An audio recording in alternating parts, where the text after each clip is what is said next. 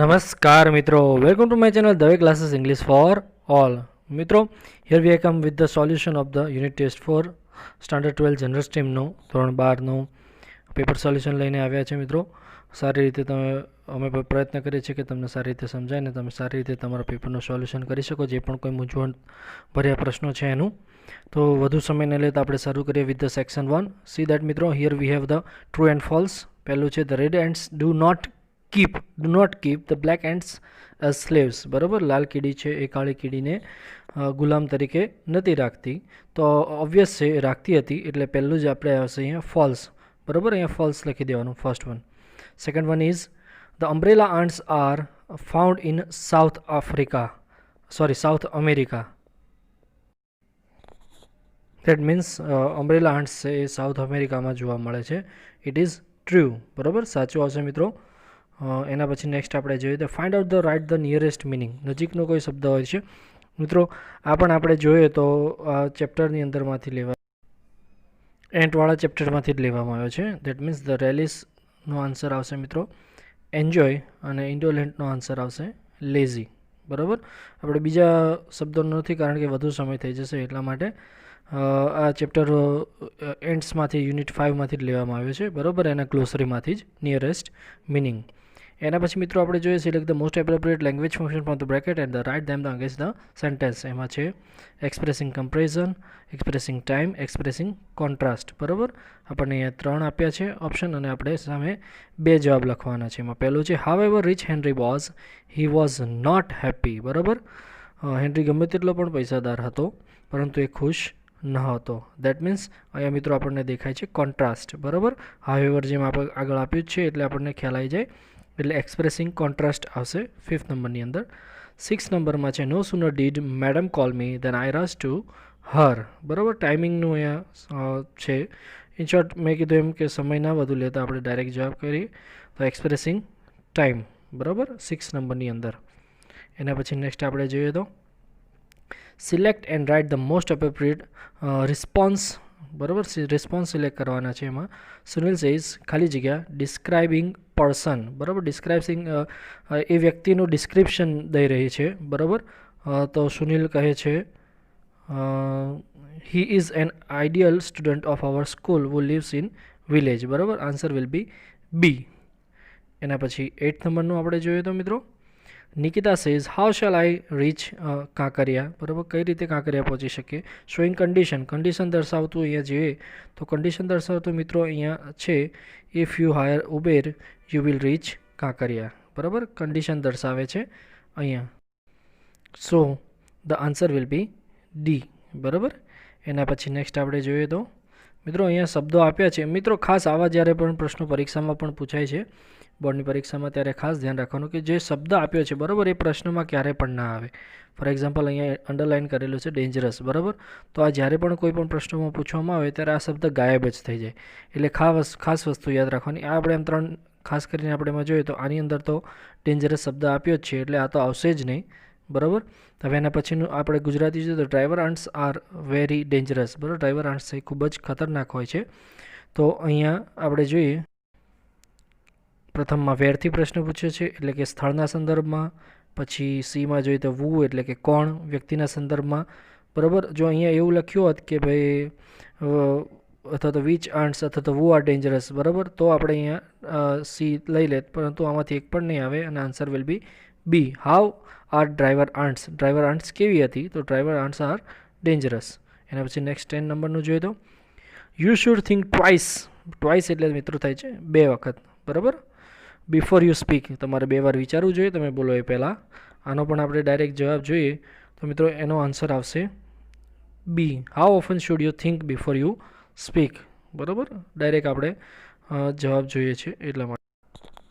એના પછી નેક્સ્ટ આપણે સેક્શન બી તરફ જોઈએ તો એક્સ્ટ્રેક્ટ આપ્યો છે આપણને અહીંયા પેરેગ્રાફ, એના પરથી આપણે જવાબ લખવાનો છે. જો મિત્રો પ્રશ્ન ખાસ વાંચજો, ઘણા મિત્રો જવાબ લખવાની અંદર ક્રિયાપદના રૂપોમાં ફેરફાર થઈ જાય છે ભૂતકાળના કારણે, પણ ખાસ ધ્યાન રાખજો જવાબમાં. બરાબર, did and climb down backward into the pit. બરાબર, શું કીડીઓ છે એ પીટની અંદર આવી ગઈ હતી, એવો પ્રશ્ન સાદી ભાષામાં આપણે સમજીએ તો આન્સર આવશે યસ. સાંભળજો મિત્રો, yes the the ant climbed down backward into the pit. Answer is the ants climbed down backward into the pit. આગળ લખાશે યસ, હા, બરાબર. ડીથી પ્રશ્ન પૂછ્યો છે એટલે હા નામાં જવાબ. એના પછી how was the ant chain form, બરાબર. કીડીની જે આખી ચેન છે એ કઈ રીતે રચાઈ, તો એનો પણ જવાબ આપણને આપેલો છે, બરાબર. અહીં આપણે જોઈ શકીએ છીએ. The ants at the top begin the climbing down into the pitward, each holding the tail end in front of. In this way, the chain was formed. બરાબર. અહીંયા સુધી આપણે જવાબ લખી શકીએ, અથવા તો અહીંયા સુધી પણ લખી શકીએ કે આ રીતે છે ચેન એ ઉદ્ભવ થઈ ગઈ, કારણ કે મેઇન મુદ્દો છે કે ચેન કઈ રીતે બનાવી હતી, બરાબર. એટલે અહીંયા સુધી તમે એનું એક્સપ્લેનેશન આપી શકો, આટલેથી આટલે લઈને. ઓકે. એના પછી નેક્સ્ટ આપણે જોઈએ તો, બરાબર, એમાં પણ પેરેગ્રાફ છે. પ્રશ્ન છે what has science discovered about the ant life. What એટલે શું? સાયન્સ એટલે સાયન્સ એટલે કે વૈજ્ઞાનિકો અથવા તો વિજ્ઞાન. ડિસ્કવર એટલે શોધ્યું હતું, અબાઉટ ધ એન્ટ્સ લાઈફ, તો એનો પણ જવાબ અહીંયા જ આવે છે. See that. તમે મિત્રો શોર્ટમાં પણ જવાબ લખી શકો અને થોડો લોંગમાં લખો હોય તો બેઠો પેરેગ્રાફમાંથી લઈ શકો છો. Science has discover something about. અહીંયા જે આપણે આ સમથિંગ છે એ કાઢી નાખવું જોઈએ જો ટૂંકો જવાબ લખો હોય, પરંતુ તમે બેઠો લખો હોય તો science has discovered something about the ant life which seems to show that the intelligence of this tiny creatures is very close to human intelligent. બરાબર. અહીંયા સુધી એનો જવાબ રહેશે, અહીંયાથી લઈને, બરાબર, અહીંયા સુધી. આ થોડો લોંગ થઈ જશે, તમે ટૂંકમાં લખી શકો કે ભાઈ science has discover that the ants, that અહીંથી આપણે લખી શકીએ that the intelligence of this tiny creature is very closer to the human intelligence. બરાબર. એના પછી નેક્સ્ટ આપણે જોઈએ find out the correct similar to the adaptness from the paragraph. So the answer will be option C, expertise. બરાબર મિત્રો. એના પછી section C ની વાત કરીએ આપણે તો અહીંયા સ્ટેન્જામાંથી પ્રશ્ન પૂછાય છે. what does the poet wants us to remember. what એટલે શું? પોએટ એટલે કવિ.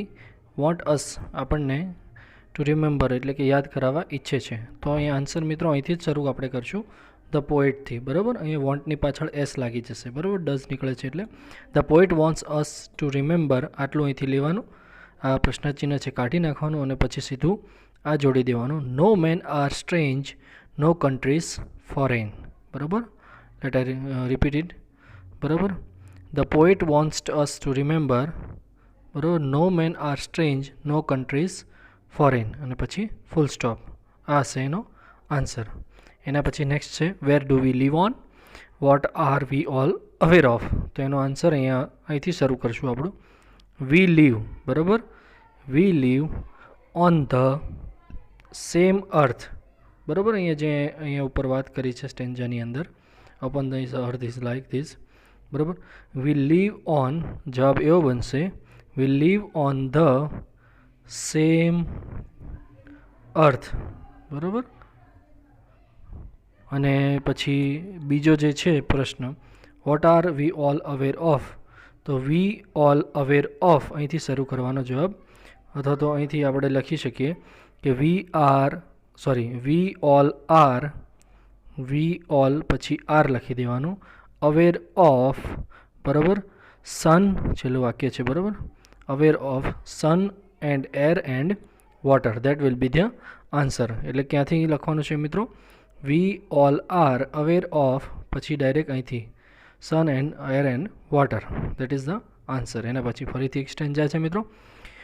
પ્રશ્ન છે 70 number. Why did Salim Ali fail to get a job in geology survey of India. તો એનો આન્સર આપણે આમ તો ફર્સ્ટ લાઇનમાં જ આપણને આપી દીધો છે, પરંતુ લખીએ ત્યારે આપણે લખી શકીએ સલીમ અલી, ફેલની જગ્યાએ આવશે ફેલ્ડ, બરાબર, ઈડી લાગશે.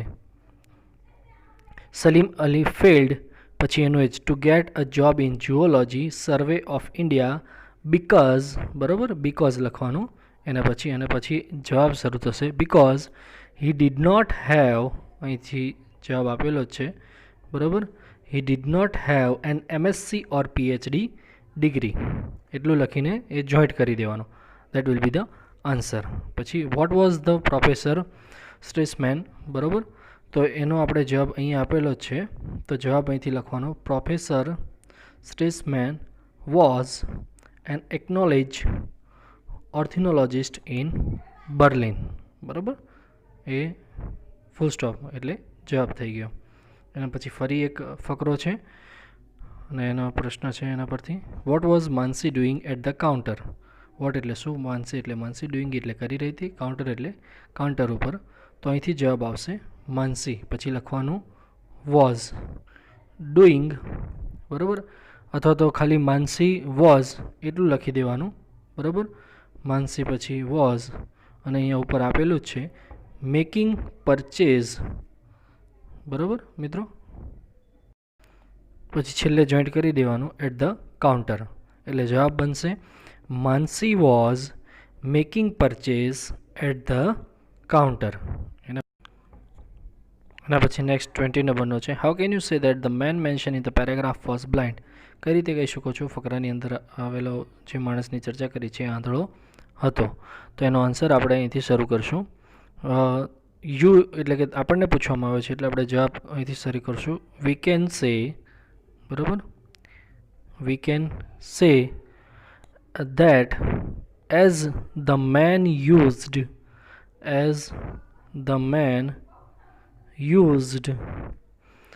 a white stick to tap his way towards the gate. બરાબર, અથવા તો આપણે બીજી થોડો લંબાઈ પણ શકીએ. બરાબર, the man mention in the paragraph was blind. બરાબર, વી કેન સે કહીશું, we can say that the man mentioned the paragraph was blind as the man used a white stick to tap his way towards the gate. I hope કે મિત્રો તમને સારી રીતે paragraph paper છે solution સારી રીતે સમજાઈ ગયું છે. જો તમને મારો વિડીયો પસંદ આવ્યો તો અને મિત્રો સાથે શેર કરજો. અને હજી પણ જો મારી ચેનલ પર નવા હો તો ઇંગ્લિશના વિડીયો જોવા માટે અને સોલ્યુશનના વિડીયો જોવા માટે please subscribe our channel. Thank you so much.